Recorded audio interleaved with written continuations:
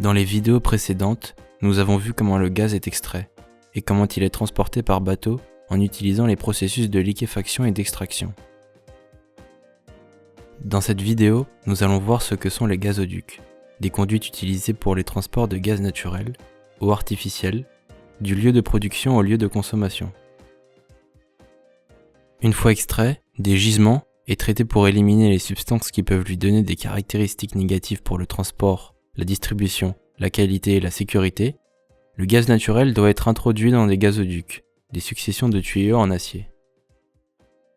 La longueur totale des pipelines dans le monde s'élève à approximativement 1 million de kilomètres, plus de 25 fois la circonférence de la Terre, et la plupart d'entre eux sont des conduites pour le transport du gaz naturel, composés principalement de méthane. En fait, ils sont aussi appelés pipelines de méthane.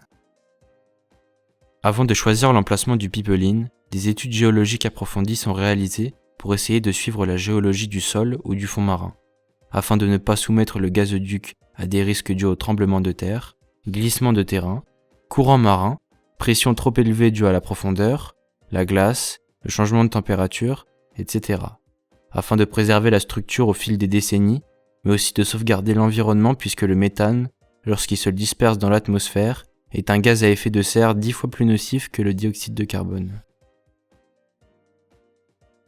Le diamètre initial d'un gazoduc peut être jusqu'à 1400 mm et puis se resserrer progressivement. Leur surface intérieure est hautement polie afin d'avoir un faible coefficient de frottement interne au passage du gaz, tandis qu'à l'extérieur, elles sont recouvertes d'un revêtement spécial anti-corrosion et anti-choc. Les gazoducs possèdent une grande résistance, en effet, le gaz peut être transporté par sa compression jusqu'à des pressions approximativement 70 bars dans le cas des gazoducs terrestres, et puis jusqu'à 100 bars dans le cas des gazoducs sous-marins. Ces compressions sont obtenues grâce à des machines spéciales appelées compresseurs. Le gaz est transporté à l'état aéroforme, contrairement au méthanier qui transporte du GNL, c'est-à-dire du gaz naturel liquéfié à moins 163 degrés Celsius, et est poussé par une usine de compression au début du gazoduc, et si nécessaire par plusieurs installations de compression intermédiaires. Il s'agit de structures importantes, tant par dimension que par complexité, composées essentiellement de turbines à gaz qui entraînent les compresseurs centrifuges. La turbine à gaz est un moteur à combustion interne qui utilise une partie du méthane extrait comme combustible. Il se compose d'abord d'un compresseur axial, il comprend des rotors, disques qui tournent avec l'arbre, entrecoupés par des stators, disques à palettes fixés sur le châssis. Différents étages sont ensuite formés, qui augmentent la pression de l'air entrant.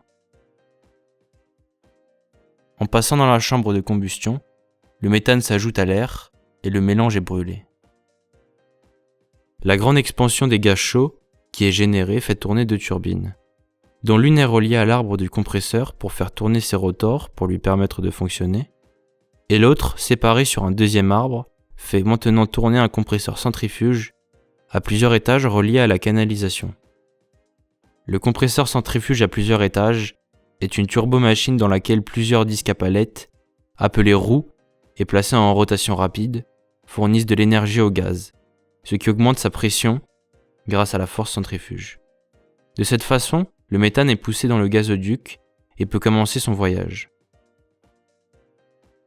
Les conduites sont généralement posées au niveau du sol, dans les zones désertiques ou sablonneuses, ou même dans les zones glaciaires, où le sol est trop dur pour être creusé. Elles peuvent être posées sur le fond marin, dans ce cas elles sont appelées conduites sous-marines. Tandis qu'elles sont enterrées à une profondeur approximativement d'1 mètre dans les zones habitées. Les gazoducs doivent être surveillés et protégés en permanence. C'est pourquoi la maintenance est très importante. Les phénomènes les plus fréquents sont la corrosion et l'accumulation de dépôts, qui peuvent provoquer la détérioration de la conduite et la réduction de la vitesse des flux. Pour garantir l'intégralité des conduites, des pics de nettoyage sont utilisés pour éliminer les dépôts, puis des pics intelligents, équipés de capteurs sophistiqués, sont utilisés pour inspecter l'intérieur du gazoduc à la recherche de défauts. Habituellement, le pig, une fois inséré dans le gazoduc, est poussé par le même gaz en mouvement. En avançant dans la canalisation, les pics de nettoyage poussent tous les résidus jusqu'à l'extrémité de la canalisation, qui sont ensuite enlevés avec lui. Les conduites sont donc une méthode sûre et efficace pour transporter des produits pétroliers et gaziers, et c'est une méthode plus économique que le transport par bateau ou par rail, qui offre en même temps une plus grande capacité. Si vous avez trouvé cette vidéo utile, faites-le nous savoir en laissant un like et un commentaire. Vous pouvez aussi le partager et n'oubliez pas de vous abonner à notre chaîne. Nous vous recommandons de visiter notre site webjacecompany.com pour connaître nos projets à venir.